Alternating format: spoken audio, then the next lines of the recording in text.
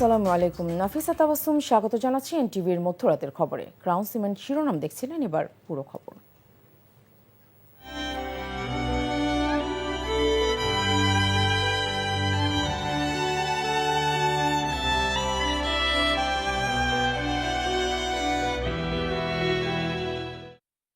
শরীফ ওসমান হাদী বিদ্রোহী কবি কাজী নজরুল ইসলাম ছিলেন, যার প্রেরণার বাতিঘর ঢাকা বিশ্ববিদ্যালয়ের কেন্দ্রীয় জামে মসজিদ প্রাঙ্গণে। সেই কবির সমাধির পাশেই চিরনিদ্রায় শায়িত হলেন শহীদ শরীফ ওসমান হাদী। শনিবার বিকেলে লাখ লাখ মানুষের অশ্রুসিক্ত বিদায়ে তার দাফন সম্পন্ন হয়। নারী ছেঁড়া ধন, সন্তানের কবরে মাটি দেন হাদীর মা। ভাইয়ের কবরে বোন আর প্রিয়তমা স্ত্রীর হাতের স্পর্শে ভারী হয়ে ওঠে গোটা পরিবেশ। ইনসাফের বাংলাদেশ প্রতিষ্ঠার আকাঙ্ক্ষা তুলে ধরা এক বিপ্লবীর মৃত্যু কাঁদিয়েছে কোটি মানুষকে। বিস্তারিত নূর হোসেনের রিপোর্টে।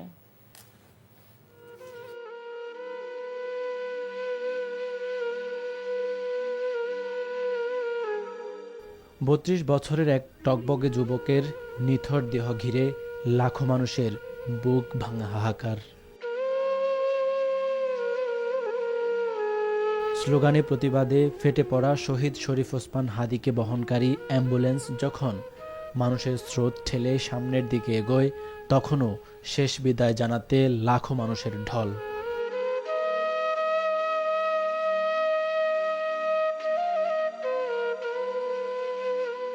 এমন ভিড় ঠেলে ঢাকা বিশ্ববিদ্যালয়ের কেন্দ্রীয় জামে মসজিদের প্রাঙ্গণে পৌঁছাতে কয়েক ঘন্টা লেগে যেতে পারত। তাই কড়া নিরাপত্তা আর শৃঙ্খলার ভেতর দিয়ে হাদীকে বহন করা ambulance Dhanmondi ২৭ science lab Katabon হয়ে দ্রুততার সঙ্গে এগোতে থাকে। যে ময়দানে দাঁড়িয়ে বারুদ স্লোগান দিতেন হাদী, সে শাহবাগ চত্বর পার হয় তার সহযোদ্ধাদের ভালোবাসায়, শ্রদ্ধায়।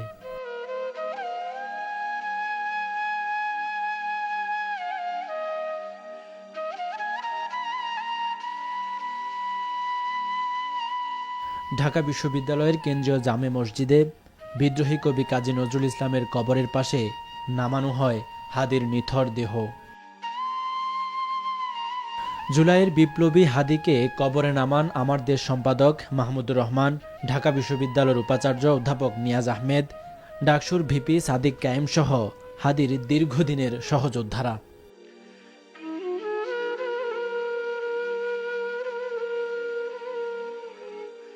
ঘাতকের বুলেটে কেড়ে নেয়া ক্ষণজন্মা হাদীকে শেষবারের মতো বিদায় জানাতে উপস্থিত হন গর্ভধারিণী মা আর স্বজনেরা।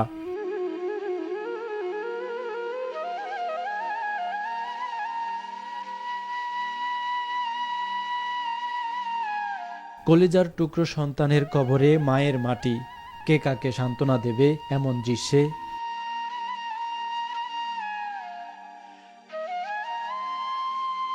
বিপ্লবীর মৃত্যু নেই, হাদীও বেঁচে থাকবেন তার বক্তৃতায়, সাহিত্যে, কর্মে, নিপীড়িত মানুষের স্লোগানে। যেমন হাজার বছর বেঁচে থাকবেন জাতীয় কবি কাজী নজরুল ইসলাম। বিদায় জুলাই যোদ্ধা হাদী, বিদায় আধিপত্য বিরোধী বারুদ সন্তান।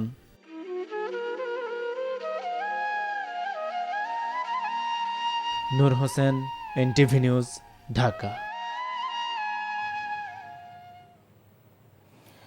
শোক আর শ্রদ্ধায় শহীদ শরীফ ওসমান হাদীকে শেষ বিদায় জানালো জাতি।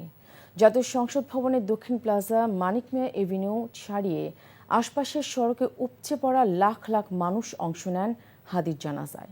এতে অংশ নিয়ে প্রধান উপদেষ্টা ডক্টর মোহাম্মদ ইউনূস বলেন, হাদীকে বিদায় দিতে দেশের মানুষ এখানে আসেনি। হাদীকে স্মরণে রেখে বাংলাদেশ মাথা উঁচু করে চলবে, কারো কাছে মাথা নত করবে না। পালন করা হয়েছে রাষ্ট্রীয় শোক। ইমরুল হাসানের রিপোর্ট। এক বিপ্লবীকে বিদায় জানাতে এত মানুষের সমাগম। আগ্রাসন ও আধিপত্য বিরোধী স্লোগান ছিল তাদের কণ্ঠে। দুপুরে সংসদ ভবনের দক্ষিণ পাশে হাদীর জানাজা। তার আগেই মানুষের উপস্থিতি সংসদ ভবনের মাঠ ও মানিক মিয়া এভিনিউ ছাড়িয়ে যায়। ২:৩০টার পরপর হয় জানাজা। শোক ও ভালোবাসায় হাদীকে বিদায় জানায় সর্বস্তরের মানুষ। জানাজায় অংশ নেন অন্তর্বর্তী সরকারের প্রধান উপদেষ্টা ডক্টর মোহাম্মদ ইউনূস, উপদেষ্টা পরিষদের সদস্য এবং বিভিন্ন রাজনৈতিক দলের শীর্ষ নেতারা। জানাজার আগে সংক্ষিপ্ত বক্তব্যে প্রধান উপদেষ্টা বলেন, হাদিদের মৃত্যু নেই। প্রিয় ওসমান হাদি, তোমাকে আমরা বিদায় দিতে আসি নাই এখানে। বাংলাদেশ যতদিন আছে তুমি সকল বাংলাদেশের বুকের মধ্যে থাকবে, এটা কেউ সরাতে পারবে না। আমরা আজকে তোমাকে প্রিয় হাদি বিদায় দিতে আসিনি। আমরা তোমার কাছে আমরা ওয়াদা করতে এসেছি, তুমি যা বলে গেছো সেটা যেন আমরা পূরণ করতে পারি। ওসমান হাদির দেখানো পথ ধরেই সামনের বাংলাদেশের নীতি হবে বলে দৃঢ়তার সাথে জানান তিনি। তোমার মন্ত্র ছিল চলো বলো বীর চির উন্নত মমশির। এই উন্নত মমশিরের যে মন্ত্র তুমি দিয়ে গেছো, সেটা বাংলাদেশি সন্তানের জন্মলগ্ন থেকে যতদিন সে বেঁচে থাকবে নিজের কাছে বলবে চল বলো বীর চির উন্নত মমশির, আমাদের শির কখনো নত হবে না। সেই মন্ত্র তুমি আমাদেরকে দিয়ে গেছো, আমাদের সব কাজে সেটা আমরা প্রমাণ করব। আমরা দুনিয়ার সামনে মাথা উঁচু করে চলবো, কারো কাছে মাথা নত করব না। জানাজা পরিচালনা করেন ওসমান হাদির বড় ভাই আবু বকর সিদ্দিক। শরীফ শহীদ ওসমান হাদি, তিনি স্বাধীনতার সার্বভৌমত্ব রক্ষার জন্য এই বাংলাদেশের 18-20 কোটি মানুষের কাছে একটি মেসেজ দিয়েছিলেন কিভাবে একটি স্বাধীনতার সার্বভৌমত্ব রক্ষা করতে হয়। খুনিদের গ্রেফতার ও বিচারের আওতায় আনার দাবি জানায় ইনকালাব মঞ্চ। বাংলাদেশের ইনসাফ কায়েম হবে, নয়তো আমরা বাংলাদেশের জন্য রক্ত দেওয়ার জন্য সবাই প্রস্তুত রয়েছি। এবং ইনকিলাব মঞ্চ ব্যতীত কারো কোনো প্রোপাগান্ডায় আপনারা কোনো ধরনের সহিংসতার পথ বেছে নেবেন না। আমরা ইনকিলাব মঞ্চের পক্ষ থেকে আপনাদেরকে জানাবো কখন কি ব্যবস্থা গ্রহণ করতে হবে। জানাজা শেষে দাফনের জন্য কফিন নিয়ে যাওয়া হয় ঢাকা বিশ্ববিদ্যালয়ে। Imrul Hasan, NTV news, Dhaka. শহীদ ওসমান হাদির জানাজায় অংশগ্রহণে আগন্তুকদের ভিড়ে লোকারণ্য হয়ে পড়ে জাতীয় সংসদ ভবনের দক্ষিণ প্লাজা সংলগ্ন উন্মুক্ত স্থান ও মানিক মিয়া এভিনিউ সহ তার আশপাশের এলাকা। দূর দূরান্ত থেকে জানাজায় অংশ নিতে লাখ লাখ মানুষের সমাগম হয় এদিন। সকলের চোখে মুখে শূন্যতা, চাপা ক্ষোভ আর কণ্ঠে ছিল আধিপত্যবাদের বিরুদ্ধে প্রতিরোধের প্রত্যয়। তাদের অনেকেই মেনে নিতে পারছেন না ঘাতকের বুলেটের আঘাতে দেশের সার্বভৌমত্ব রক্ষার আন্দোলনের একজন অগ্রসেনানীর এমন বিদায়। নাজিবুর রহমানের রিপোর্ট, ছবি তুলেছেন জহিরুল ইসলাম খান। জানাজার কয়েক ঘন্টা আগেই কানায় কানায় পূর্ণ হয়ে যায় সংসদ ভবনের সবুজ প্রান্তর। জনতার উপচে পড়া ঢেউ আছড়ে পড়ে মানিক মিয়া এভিনিউ সহ আশপাশের সড়কে। শহীদ ওসমান হাদির জানাজার এ দৃশ্য এক বিরল ইতিহাস। পাখির চোখে অযুত জনতার এ দৃশ্য মনে করিয়ে দেয় দেশের সার্বভৌমত্বের প্রশ্নে সবাই এক। মৃত্যুর পরও কোনো মানুষ এমন অকুণ্ঠ ভালোবাসা আর শ্রদ্ধায় সিক্ত হতে পারেন, তার উদাহরণ রেখে গেলেন শহীদ শরীফ ওসমান বিন হাদি। জানাজায় স্থল পরিণত হয় জনস্রোতে। সকাল থেকেই দলে দলে জানাজা স্থলে আসতে থাকে কয়েক লাখ মানুষ। হাতে জাতীয় পতাকা আর হাদি হত্যার বিচার দাবিতে প্রকম্পিত হয় চারপাশ। ন্যায় আর ইনসাফের দেশ গঠনের ডাক দেয়া ওসমান হাদি হত্যাকাণ্ডের বিচার চান সবাই। পৃথিবীর ইতিহাসে এরকম শাহাদাতের ঘটনা বিরল এবং এত অল্প বয়সে। আমরা দেখতে পাচ্ছি সরকার এখনো কাউকে গ্রেফতার করতে পারেনি। সরকার আমাদেরকে বুঝ দেওয়ার জন্য আশপাশের লোক ধরছে। যতদিন পর্যন্ত বিচার না হয় ততদিন পর্যন্ত আমরা এই আন্দোলন চালিয়ে যাব। সর্বস্তরের মানুষের পাশাপাশি এদিন বিভিন্ন রাজনৈতিক দলের নেতারাও জানাজায় অংশ নেন। বলেন, যে কোনো মূল্যে বিচার করতে হবে ঘাতকদের। দেশের মানুষের অধিকারের জন্য কথা বলেছে। আমাদেরকে ওসমান হাদির এই শোককে জাতীয় শক্তিতে পরিণত করতে হবে, আবেগকে শক্তিতে পরিণত করতে হবে। শান্তিপূর্ণভাবে আমাদের সকল কার্যক্রম পরিচালিত করতে হবে। বাঁধ ভাঙ্গা মানুষের এই স্রোত, এই জোয়ার প্রমাণ করে শরীফ ওসমান হাদী বাংলাদেশের মানুষের হৃদয়ে কতটা গভীর জায়গায় সে আসন গেড়েছিল। গোটা বাংলাদেশের মানুষ সারা পৃথিবী জুড়ে শরীফ ওসমান হাদীর বিরহ বেদনায় তারা কাতর। হাদীর প্রতি মানুষের এই ভালোবাসা প্রমাণ করে হাদী চিরজাগ্রত। যুগ যুগ হাদী হয়ে থাকবেন আধিপত্যবাদ বিরোধী সংগ্রামের মূর্ত প্রতীক। Najibur Rahman, NTV news, Dhaka. July গণঅভ্যুত্থানের সম্মুখ সারির যোদ্ধা ও ইনকিলাব মঞ্চের মুখপাত্র শরীফ ওসমান হাদীর মৃত্যুতে শোকে স্তব্ধ পুরো দেশ। তার শেষ বিদায়ে মানুষের ঢল নেমেছে রাজধানী ঢাকায়। সড়কপথ থেকে মেট্রো রেল সবখানেই ছিল মানুষের উপচে পড়া ভিড়। শুধু ঢাকা নয়, দেশের বিভিন্ন জেলা থেকেও হাজারো মানুষ ছুটে আসেন হাদীর জানাজায় অংশ নিতে। বিস্তারিত জানাচ্ছেন নাহিদ প্রিন্স। একটি বিদায়, কিন্তু শোক আর প্রতিবাদের ঢেউ যেন পুরো দেশের। জুলাই গণঅভ্যুত্থানের সম্মুখ সারির যোদ্ধা শরীফ ওসমান হাদীর জানাজাকে কেন্দ্র করে রাজধানীতে নেমেছে মানুষের জনস্রোত।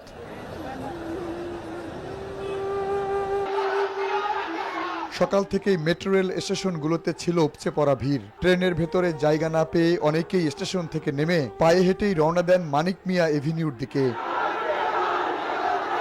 শুধু রাজধানীর মানুষ নয়, বরিশাল, নোয়াখালী, কুষ্টিয়া, বগুড়া, ময়মনসিংহ সহ দেশের বিভিন্ন জেলা থেকে এসেছেন হাজারো মানুষ। কারো হাতে প্ল্যাকার্ড, কারো চোখে অশ্রু, সবার মুখেই এক নাম, হাদী।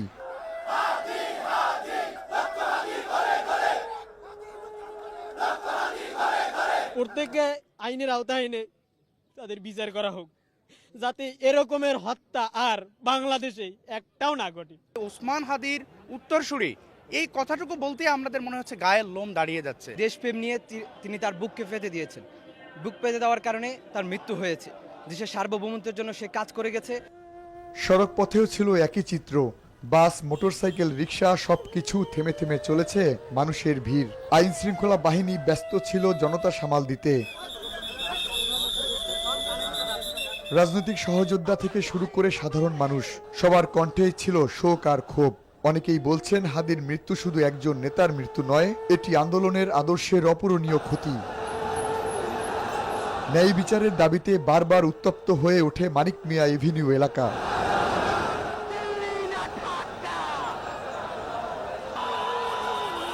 শরীফ ওসমান হাদী চলে গেলেও তার দেখানো পথ, তার উচ্চারণ করা দাবি এখনো মানুষের কণ্ঠে। শেষ বিদায়ে মানুষের এই ঢলই বলে দেয়, হাদী ছিলেন কেবল একজন নেতা নন, ছিলেন একটি প্রজন্মের প্রতীক। Nahid Prince, NTV news, Dhaka. দেশের দক্ষিণাঞ্চলীয় জেলা ঝালকাঠির এক নিভৃত পল্লীতে জন্ম নেয়া ৩৩ বছর বয়সী এক টকবকে যুবক শরীফ ওসমান হাদী। দেশপ্রেমে উদ্দীপ্ত সে যুবাই পরিণত হয়েছিলেন জাতীয় নেতায়। জুলাই গণঅভ্যুত্থান ও পরবর্তী সাংস্কৃতিক আন্দোলনের মধ্য দিয়ে এদেশের কোটি মানুষ পায় আগ্রাসন বিরোধী আর ইনসাফের নতুন বাংলাদেশ গড়ার এক মঞ্চ। স্বল্প সময়ে আকাশচুম্বী জনপ্রিয়তা অর্জন করে কোটি মানুষের হৃদয়ে জায়গা করে নেয়ার অনন্য দৃষ্টান্ত এই বিপ্লবী শরীফ ওসমান হাদী। বিস্তারিত ওবায়দুল্লাহ মামুনের রিপোর্টে। পৃথিবীর উজ্জ্বল নক্ষত্রগুলোর মতো সংক্ষিপ্ত সময়ে কালে কালে অনেকে নিজেদের কাজ দিয়ে, কথা দিয়ে জায়গা করে নিয়েছেন বিশ্ব দরবারে। হাদী সেরকম একজন, যিনি আসলেন, দেখলেন, জয় করলেন। যুগে যুগে বিভিন্ন আদর্শকে ধারণ করে অনেকেই আন্দোলন করেছেন, কিন্তু কতজনই বা বিপ্লবী হাদী হতে পেরেছেন? মাত্র ৩৩ বছর বয়সে এক জীবনে এত প্রাপ্তি, ইতিহাসে কত মানুষের নিয়তিতে থাকে তা বলা দুষ্কর। হাদীরা যুগে যুগে জন্মায় না, শত বছরে হয়তো একজনই এরকম হয়। ক্ষণ জন্মায় পুরুষ দক্ষিণ বাংলার ঝালকাঠির নলছিটির এক সম্ভ্রান্ত মুসলিম পরিবারে ১৯৯৩ সালে জন্মগ্রহণ করেছিলেন।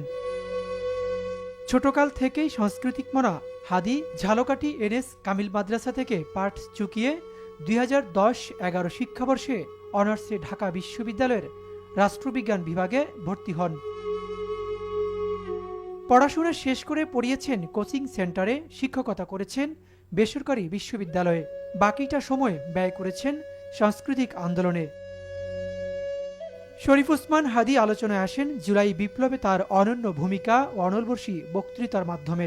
মানুষকে বিপ্লবমুখী করতে তার সেসব বক্তৃতা এখন সামাজিক যোগাযোগ মাধ্যমে নেটিজেনদের হাতে রাষ্ট্র হাতে। সে বিভিন্ন কারণে জুলাই বিক্রি করে দিতে পারে, রাজনৈতিক দলগুলো বিক্রি করে দিতে পারে, কিন্তু কিছু ছেলে মেয়ে তো থাকা দরকার, তারা তাদের চেয়ে, তাদের জীবনের চেয়ে তারা দেশকে, দেশের স্বাধীনতা সার্বভৌমত্বের জন্য কাজ করবে। জুলাই বিপ্লবের পর সহযোদ্ধারা অনেকেই মূলধারার রাজনীতিতে অংশগ্রহণ করলেও জুলাই স্পিরিটকে ধারণ ও টিকিয়ে রাখতে তিনি প্রতিষ্ঠা করেন ইনকিলাব মঞ্চ। জান দিব জুলাই দিব না, এরকম নানা আবেগতাড়িত বক্তব্য মানুষকে নতুন করে রাজপথে নিয়ে আসে। সবাই মিলে আমরা আমাদের ইনসাফের বাংলাদেশ প্রতিষ্ঠা করতে পারবো ইনশাআল্লাহ। ত্রয়োদশ জাতীয় সংসদ নির্বাচনে স্বতন্ত্র প্রার্থী ঢাকা ৮ আসনে নির্বাচনী প্রচারণা চালিয়েছেন হাদী। কিন্তু আধিপত্যবাদী ফ্যাসিস্টদের আতঙ্ক হাদীকে টার্গেট করে গুলি করা হয়, সাথে সাথে ঢাকা মেডিকেলে নেওয়া হয় তাকে। ওই দিন রাতে ভর্তি করা হয় রাজধানীর এভারকেয়ার হাসপাতালে। অবস্থার অবনতি হলে পরদিন বিকেলে নেওয়া হয় সিঙ্গাপুরে। 18 ডিসেম্বর রাত 9:45টায় দুনিয়ার সফর শেষ করেছেন বিপ্লবী তরুণ মহাবীর শরীফ ওসমান হাদী। তার মৃত্যুতে উত্তাল বাংলাদেশ। আমরা হয়তো মরে যাব, শহীদ হয়ে আল্লাহর কাছে পৌঁছে যাব, আর যতক্ষণ বেঁচে থাকি ততক্ষণ আধিপত্যবাদের বিরুদ্ধে লড়ে লড়ে নতুন বাংলাদেশের জন্য, ইনসাফের বাংলাদেশের জন্য নিজের জীবনকে জাহান্নাম বানাইয়া বাংলাদেশের নতুন একটা জান্নাত আনবই আনবো। হাদী সব সময় ইনসাফ আর শহীদি মৃত্যু কামনা করেছেন, তাই যেন আল্লাহ তাকে শহীদ হিসেবে কবুল করেছেন। হাদীকে মারা যায় না, হাদীরা মরে না, লাখো মানুষের প্রতিবাদ, ক্ষোভ আর প্রার্থনা তাই বলছে। আল্লাহ যদি আমাদেরকে সংসদে পাঠায়, ঢাকা ৮-এ আর কোন চাঁদা যন্ত্র চলতে দেয়া হবে না। ভারতীয় আগ্রাসন বিরোধী হাদীর এ আন্দোলন চলমান থাকবে এমন প্রত্যাশা সবার। Obaidullah Mamun, NTV news, Dhaka. ইনকিলাব মঞ্চের মুখপাত্র শহীদ শরীফ ওসমান হাদীর নামাজে জানাজা শেষে রাজধানীর শাহবাগে জড়ো হয় হাজারো ছাত্র জনতা। সেখানে ইনকিলাব মঞ্চের সদস্য সচিব আব্দুল্লাহ আল জাবের হাদীর খুনিদের গ্রেফতারে সরকারকে 24 ঘণ্টার সময় বেঁধে দেন। এ সময় তিনি গোয়েন্দা সংস্থাগুলোর মধ্যে তার ভাষায় ঘাপটি মেরে থাকা আওয়ামী দোসরদের গ্রেফতারের দাবি জানান। রিপোর্ট করছেন জুবায়ের প্রধান। ভারতীয় আধিপত্যবাদ এবং কালচারাল ফ্যাসিজমের বিরুদ্ধে হুঁশিয়ারি উচ্চারণ ছিল যার কণ্ঠে সেই হাদীর শেষ বিদায়ে জনতার এই উপস্থিতি জাতীয় সংসদের দক্ষিণ প্লাজায়। বিকেল 3:50 ঢাকা বিশ্ববিদ্যালয়ের কেন্দ্রীয় জামে মসজিদ প্রাঙ্গণে কবি নজরুলের সমাধির পাশে শহীদ শরীফ ওসমান হাদীকে দাফন করা হয়। দাফনে যাতে কোনো অসুবিধা না হয় ব্যারিকেড দিয়ে ওই এলাকায় জনসমাগম আটকে রাখে আইনশৃঙ্খলা রক্ষাকারী বাহিনী। হাদীর দাফন ঘিরে বাড়তি নিরাপত্তা দেখা যায় শাহবাগ সহ আশেপাশের এলাকায়। পূর্বের ঘোষণা অনুযায়ী শাহবাগে জড়ো হয় ছাত্র জনতা। সেখানে ইনকিলাব মঞ্চের সদস্য সচিব আব্দুল্লাহ আল জাবের 24 ঘণ্টার মধ্যে খুনিদের গ্রেফতার করতে না পারলে কঠোর কর্মসূচি হুঁশিয়ারি দেন। ওসমান হাদীকে যারা খুন করেছে, খুনের যারা পরিকল্পনা করেছে, খুনে যারা সহায়তা করেছে এবং সার্বিক পরিস্থিতি যারা তৈরি করে দিয়েছে, আমরা প্রত্যেককে অতি দ্রুত যাতে বিচারের আওতায় আনা যায় সেই জন্য রাষ্ট্রকে অনুরোধ জানাই। এ সময় গোয়েন্দা সংস্থাগুলোতে ঘাপটি মেরে থাকা আওয়ামী দোসরদের অবিলম্বে গ্রেফতারের দাবিও জানান তিনি। জুবায়ের প্রধান, এনটিভি নিউজ, ঢাকা। ইনকিলাব মঞ্চের মুখপাত্র শহীদ ওসমান হাদীর জানাজায় লাখো মানুষের অংশগ্রহণের খবর ঢালাওভাবে প্রকাশ করেছে আন্তর্জাতিক গণমাধ্যমগুলো। ব্রিটিশ বার্তা সংস্থা রয়টার্স লেখে, কঠোর নিরাপত্তার মধ্যে শনিবার বাংলাদেশের অন্তর্বর্তী সরকার প্রধান অধ্যাপক মোহাম্মদ ইউনূস সহ লাখো মানুষ হাদির জানাজায় অংশ নেয়। আল জাজিরায় হাদির জানাজায় বিপুল জনসমাগমের একটি ছবি দিয়ে জানাজার খবর জানায়। ভারতের প্রভাবশালী সংবাদ মাধ্যম এনডিটিভির শিরোনাম, তার রক্ত বৃথা যাবে না, বললেন হাদির জানাজায় অংশ নেয়া লাখো মানুষ। পাকিস্তানের গণমাধ্যম ডন হাদির জনসভায় লাখো বাংলাদেশির অংশ নেয়ার খবর জানায়। এছাড়া তুর্কি সংবাদ মাধ্যম আনাদুলো, টিআরটি ওয়ার্ল্ড, ভারতের Indian express, Times of India, পাকিস্তানের জিও নিউজ সহ বিশ্বের প্রথম সারির বেশিরভাগ সংবাদ মাধ্যমেই উঠে আসে হাদির প্রতি বাংলাদেশের মানুষের ভালোবাসার কথা। ইনকিলাব মঞ্চের আহ্বায়ক শরীফ ওসমান হাদিকে হত্যার ঘটনায় নিন্দা জানিয়েছেন জাতিসংঘের মহাসচিব অ্যান্টোনিও গুতেরেস। একই সঙ্গে হাদির পরিবারের প্রতি সমবেদনা জানিয়েছেন তিনি। জাতিসংঘ মহাসচিবের মুখপাত্র দপ্তরে আয়োজিত প্রেস ব্রিফিংয়ে স্টিফেন ডুজারিক এ কথা জানান। ব্রিফিংয়ে বাংলাদেশ পরিস্থিতি নিয়ে ডুজারিক বলেন, তরুণ নেতা শরীফ ওসমান হাদিকে হত্যার ঘটনায় জাতিসংঘ মহাসচিব আন্তর্জাতিক মানবাধিকার মানদণ্ড অনুযায়ী দ্রুত, নিরপেক্ষ, পূর্ণাঙ্গ ও স্বচ্ছ তদন্তের জন্য আহ্বান জানিয়েছেন। আগামী ফেব্রুয়ারিতে অনুষ্ঠেয় নির্বাচনের আগে দেশের শান্তিপূর্ণ পরিবেশ বজায় রাখতে সংশ্লিষ্ট সবাইকে সহিংসতা থেকে বিরত থাকা এবং সর্বোচ্চ সংযম প্রদর্শনের অনুরোধ জানিয়েছেন জাতিসংঘ মহাসচিব। নৈরাজ্য করে নির্বাচন পেছানোর কোনো সুযোগ নেই বলে মন্তব্য করেছেন বিএনপির স্থায়ী কমিটির সদস্য সালাউদ্দিন আহমেদ। তিনি বলেন, গণতন্ত্রের অগ্রযাত্রা বাধাগ্রস্ত করার সব ষড়যন্ত্র বিফল হবে। আর দলটির স্থায়ী কমিটির আরেক সদস্য মির্জা আব্বাস বলেছেন, 17 বছর পর আগামী 25 ডিসেম্বর শুধুমাত্র তারেক রহমান নয়, বরং গণতন্ত্র ফেরত আসছে বাংলাদেশে। ইফতেখার রেজার রিপোর্ট। দুপুরে গুলশানে বিএনপি চেয়ারপারসন কার্যালয়ের সামনে সাংবাদিকদের সাথে কথা বলেন সালাউদ্দিন আহমদ। তিনি বলেন, হাদি হত্যাকাণ্ডের সাথে স্বৈরাচারের দোসর ও যারা নির্বাচন পেছাতে চায় তারা জড়িত থাকতে পারে। যে কোনো হত্যাকাণ্ড অবশ্যই নিন্দনীয়, কিন্তু এই যে বর্বর হত্যাকাণ্ড হয়েছে সেই হত্যাকাণ্ডের পিছনে কিছু উদ্দেশ্য অবশ্যই আছে। নির্বাচনকে বানচাল করার জন্য, পারতপক্ষে পিছানোর জন্য যে সমস্ত অপকৌশল গ্রহণ করেছে ফেসিবাদী শক্তি, পতিত ফেসিস্ট শক্তি, তার সাথে হয়তো তাদের এদেশীয় দোসররা এবং এর বাইরেও যারা নির্বাচন বানচাল করতে চায় তারা জড়িত থাকতে পারে। তবে কোনো রকমের অপকৌশল এবং কোনো রকমের এরকম হত্যাকাণ্ড ঘটিয়ে যদি কেউ মনে করে যে দেশে নৈরাজ্য সৃষ্টির মাধ্যমে নির্বাচন বানচাল করতে পারবে, তাদের সেই ধারণা ভুল। এদিকে রাজধানীর গোপীবাগে বিএনপির ভারপ্রাপ্ত চেয়ারম্যান তারেক রহমানের স্বদেশ প্রত্যাবর্তন উপলক্ষে প্রস্তুতি সভায় মির্জা আব্বাস বলেন, দেশ নিয়ে ষড়যন্ত্রকারীদের বিএনপি শক্ত হাতে প্রতিহত করবে।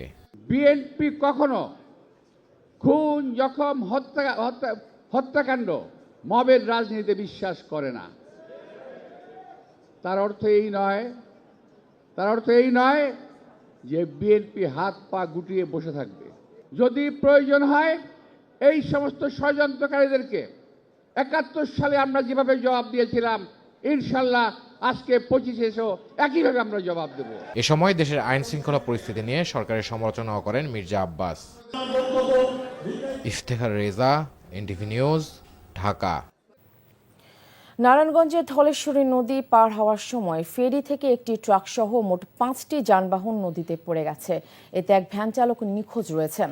শনিবার রাত 9টার দিকে বক্তাবলী ঘাটের মাঝ নদীতে এই দুর্ঘটনা হয়। বক্তাবলী নৌ পুলিশ ফাঁড়ির ইনচার্জ মোহাম্মদ রকিবুজ্জামান ও প্রত্যক্ষদর্শীরা জানান, একটি ট্রাক হঠাৎ সচল হয়ে সামনে থাকা একটি মোটরসাইকেল, 2টি ব্যাটারি চালিত অটোরিকশা এবং একটি ভ্যান গাড়িকে ধাক্কা দিলে নদীতে পড়ে যায়। ট্রাকটিও নিয়ন্ত্রণ হারিয়ে মুহূর্তের মধ্যেই নদীতে তলিয়ে যায়।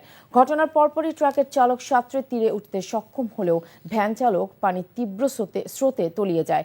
এখন পর্যন্ত তার কোনো সন্ধান পাওয়া যায়নি। উদ্ধার অভিযানে ফায়ার সার্ভিসের ডুবুরি দল কাজ করছে। এদিকে ময়মনসিংহে দীপু চন্দ্রকে পুড়িয়ে ও লক্ষ্মীপুরে বিএনপি নেতার বাড়িতে আগুন দিয়ে তার কন্যা শিশু আয়েশাকে পুড়িয়ে হত্যার প্রতিবাদ ও অপরাধীদের বিচারের দাবিতে মানববন্ধন করেছেন ঢাকা বিশ্ববিদ্যালয়ের শিক্ষার্থীরা। শনিবার রাত 11:15টায় বিশ্ববিদ্যালয়ের ভিসি চত্বরে মানববন্ধন ও বিক্ষোভ করেন শিক্ষার্থীরা। এ সময় তারা মব সন্ত্রাস ও উপদেষ্টা আসিফ নজরুলের বিরুদ্ধে নানা স্লোগান দেন। বক্তারা বলেন, ময়মনসিংহে দীপচন্দ্রের হত্যা আইয়ামে জাহিলিয়াত যুগের নিষ্ঠুরতাকেও ছাড়িয়ে গেছে। কোনো সভ্য মানুষের পক্ষে এমন কাজ করা সম্ভব নয়। দোষীদের দ্রুত গ্রেফতার করে বিচারের দাবিও জানান বক্তারা। মানববন্ধনে ডাকসুর সাহিত্য ও সাংস্কৃতিক বিষয়ক সম্পাদক মোসাদ্দেক আলী ইবনে মোহাম্মদ সহ অন্যরা উপস্থিত ছিলেন।